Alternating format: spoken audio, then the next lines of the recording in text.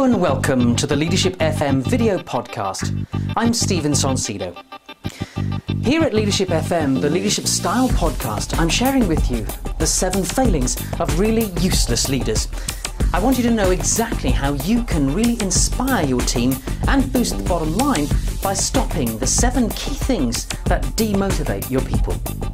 As well as these video podcasts in the coming weeks and months, I'm running some preview teleseminars that you can access for free right at your desk. I'll tell you more about that another time. In the last episode of Leadership FM, we covered the first failing of really useless leaders. I explained how really useless leaders kill enthusiasm. But right now, let's get into the content of this Leadership FM video podcast. Let's address the second failing of really useless leaders. The second failing of really useless leaders is that they kill emotion. They shut emotions out of the workplace. They say, leave your personal life at home. And they can't seem to detect the real moods and real concerns of their people. The problem is, we know that people work harder in a happy and productive workplace. So your ability to create a happy and productive workplace is an important lever that helps people to tap into that discretionary 49% of their effort that only they control. They'll work harder for you if there's less fear in the workplace, for instance, or if innovation is allowed and not punished.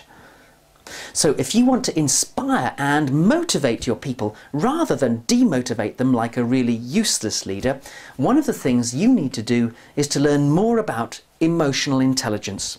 It was popularized by Daniel Goleman with a couple of books in the late 90s. So let me ask you then, how do people respond to you and to your leadership style? Well, first, you need to become more aware, even more aware of your own moods and the moods of the people around you. Then you must explore how you can regulate or manage your moods and influence the moods of the people around you. Why is this important? Well, a research group I started in 2002 at London Business School, the Tomorrow's Leaders Research Group, found that 20 of the world's major companies, including Microsoft, HSBC and the BBC, were beginning to assess managers not just on their ability to deliver tangible performance. Managers today are increasingly being assessed on the basis of their intangible performance. In other words, their emotional intelligence, their EQ as opposed to their IQ. That being so, we all need to become more adept at dealing with emotion in the workplace.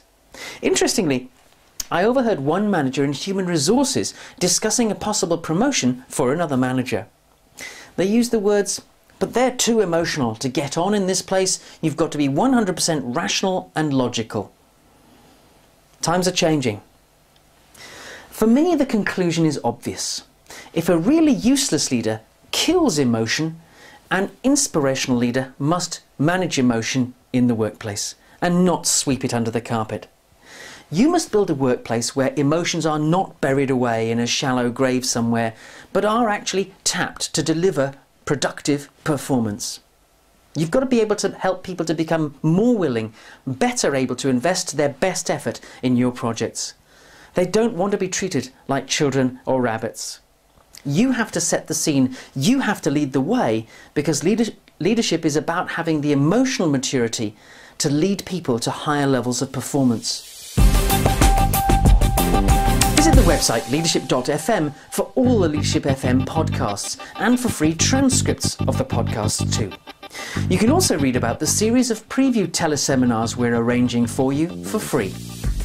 They'll run before the 7 failings of really useless leaders is published in the autumn. Until we meet again, this is Stephen Sonsino signing off at Leadership FM. Here's to your leadership success.